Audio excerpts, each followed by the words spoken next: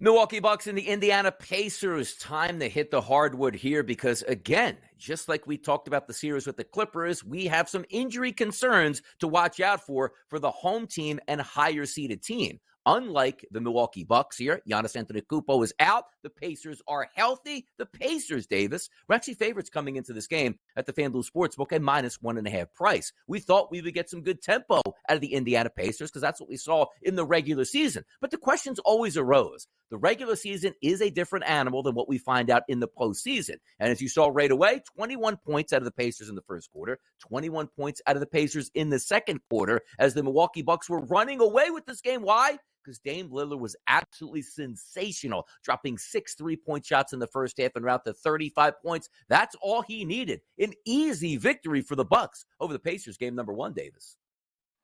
I mean, look, who has been there and done that before? Damian Lillard, been there, done that before. Bobby Portis, NBA champion. Chris Middleton, NBA champion. Brook Lopez, NBA champion. Patrick Beverley has been in playoff games. Feels like my entire adult life. Like when I think back about watching basketball, like when I was in college, I mean, Patrick Beverley has just always been there. Jay Crowder, been there. Pat Connaughton, you don't think about it, Pat Connaughton has been there, right? The entire rotation for the Milwaukee Bucks, even without Giannis, they've all been there and done that. You look at the Pacers roster, who's been there and done that? Not Halliburton, not Nembhard, not Turner, not Nesmith. Pascal Siakam is the only one with high-level playoff experience, and anyone, really in any sport, but particularly in basketball, will tell you it's just a much different experience playing in these high-level games. The Pacers came out, and the moment was just too big for them. They lose the first quarter. They lose the second quarter. It was pretty much over then. They end up winning the third quarter, but whatever. I mean, the game was kind of already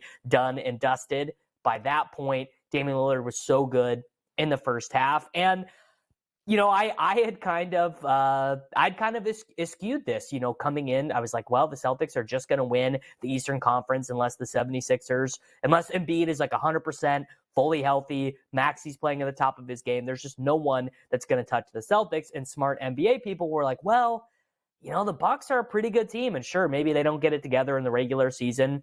But a lot of teams, you know, are kind of treat the regular season this way. The Heat have treated it this way.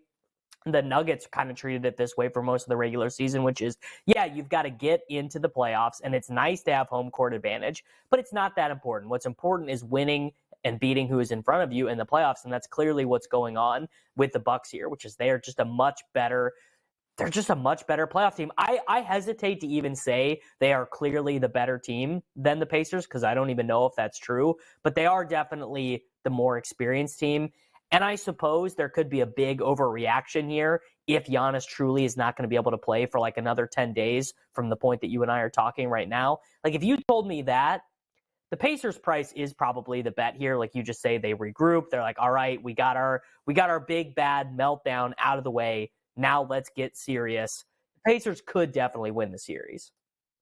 Every other game, Dame, let's see if that happens because he was masterful here in that first half. 35 points, 6 triples that he knocked down, also chipping in with 6 rebounds. This is what you got Dame time for, right? This is the guy that's supposed to step up in the big moments here, and that was a big-time win because, again, we said this wasn't the Bucks coming in as a 7.5-point favorite and should be able to easily pound the Pacers. The Pacers had their number in the regular season, but it just didn't work out yesterday. Now, the one guy that I was really disappointed in there is obviously Tyrese Halliburton, 38 minutes here. You got to be more forceful than that. 9 points, that's not good enough. Maybe that sets a fire under the Pacers. If we reset this round here, you take a look at the money line now, heavy favorite on Milwaukee at a -230 price. If you still want that dog price here on Indy, that's +184. The series spread now, Milwaukee -1.5 games at a +108. You see the Pacers +1.5 at a -132. Sweep 7-1, 7 games 2-1. So some discrepancy there between 4, 5, 6, and 7 as usual. But is it just so simple, Davis? You take a look and say to yourself,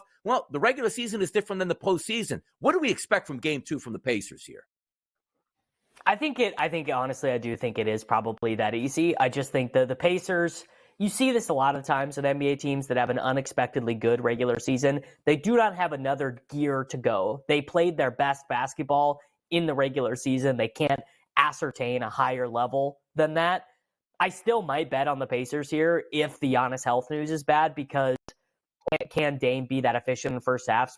Probably not. And then where do you go? That's the thing. So if Dame is having a bad game in this Bucks lineup, who scores? I mean, who would score for this team if Dame is not going for 35 every night? Exactly. Specifically 35 in the first half to put the game away. We'll see game number 2, but the Pacers can't afford to get another loss with Giannis possibly not on the court. Let's take a look at another injured team, the Miami Heat. They got pounded by the Celtics. 3-point barrage. We'll talk about it next.